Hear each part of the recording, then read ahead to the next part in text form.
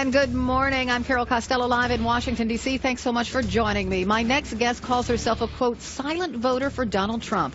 Her name is Asra Nomani. She's a lifelong liberal. She's also Muslim. Nomani went public with her decision in a Washington Post column, one that sparked a swift backlash on social media, including allegations that she's a sellout. She joins me now live from Milwaukee. Welcome, Asra. Hey, thank you so much, Carol. A lot of people say that you were courageous for going public in the Washington Post with your thoughts. Why did you think it was so important? Well, you know, Carol, I felt like this entire election year we have just silenced so many people. And like as you said, I'm a happy liberal. I believe in progressive values. But I do believe that we have a liberal honor brigade nowadays that is basically shutting up and silencing people who disagree with them. We see them marching on the streets right now because they don't like the election results. And unfortunately, whenever anybody would speak up, we were ridiculed or chastised. You know, even now, the idea of speaking out as somebody who's voted for Trump is earning me all sorts of lovely labels as like idiot and, you know, effer and all of these other ideas that I think violate liberal values of free speech and self-determination. And so I spoke out because I also believe we have to stand up for the dignity of all people, and Trump voters are human beings too. I've spoken to so many Muslim Americans across the country, though, who fear Mr. Trump. What would you say to them? Well, I don't fear Donald Trump, and I don't fear the policies that he's talking about. What I fear is the extremist interpretation of Islam that is spilling blood on the streets of our world, from Orlando to Dhaka to Brussels. And what I appreciate about his policies is that he is confronting the issue of ideology. He is not choosing a path that we've had for the last 8 years of political correctness that won't talk about the Islam and Islamic State. And to me, that's the crisis of our generation right now, and we have to confront it with honesty and truth-telling.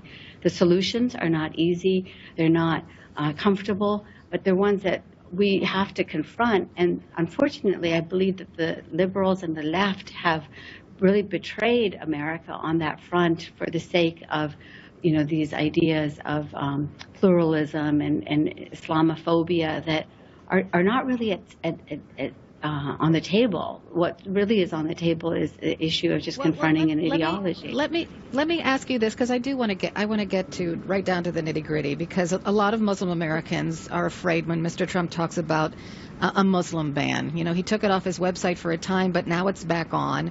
So they say that is extreme. That's singling a group of people out because of their religion and not allowing them in the United States because of that, and that's quintessentially un-American.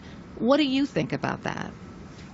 So what I know that we have today is a very real and serious threat by extremist Muslims, and this is a reality that we haven't confronted directly for the sake of political correctness. And if people would hear about the concerns and fears that others have about the issues of refugees and extremists, then I think we could find a path that's in the middle. But unfortunately, what happens is that this liberal honor brigade shuts down all conversation, calls you bigot or racist or Islamophobe if you dare to speak your own concerns. And I know that the solution for our world is, in our country, is in the middle path. And I believe that the left must move to the middle, the right must move to the middle, and then we're going to come up with actually healthy solutions that protect national security as well as human rights. Mm-hmm. I think that one of the things that bothered many Muslim Americans was how Donald Trump reacted to Mr. Khan and his son, who died in the Iraq War, and what he said about Mr. Khan's wife. Can you put that into perspective? I mean, were you insulted by that, or did you think that was just political show? Well, Carol, I sure can, and thank you for asking this question, because I think on so many instances, you know, and I'm speaking to you as a journalist, as a media expert also, there was just this knee-jerk condemnation of Donald Trump and his views. he is not a man with foreplay. He is not a man with any kind of delicacy when it comes to his comments. Granted, he's indelicate. Okay, we got that.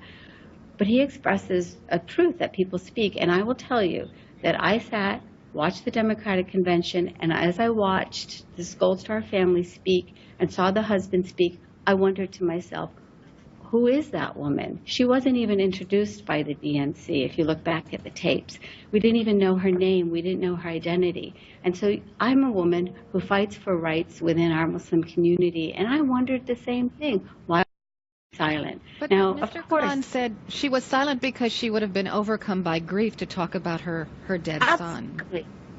Oh my gosh, I am so.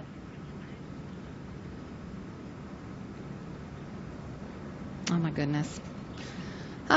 It's a bad Skype connection, and I apologize for that. But I'd like to thank Azra Nomani for coming on and sharing her views, because I think it's important to hear from every kind of American citizen at this tense time in our country.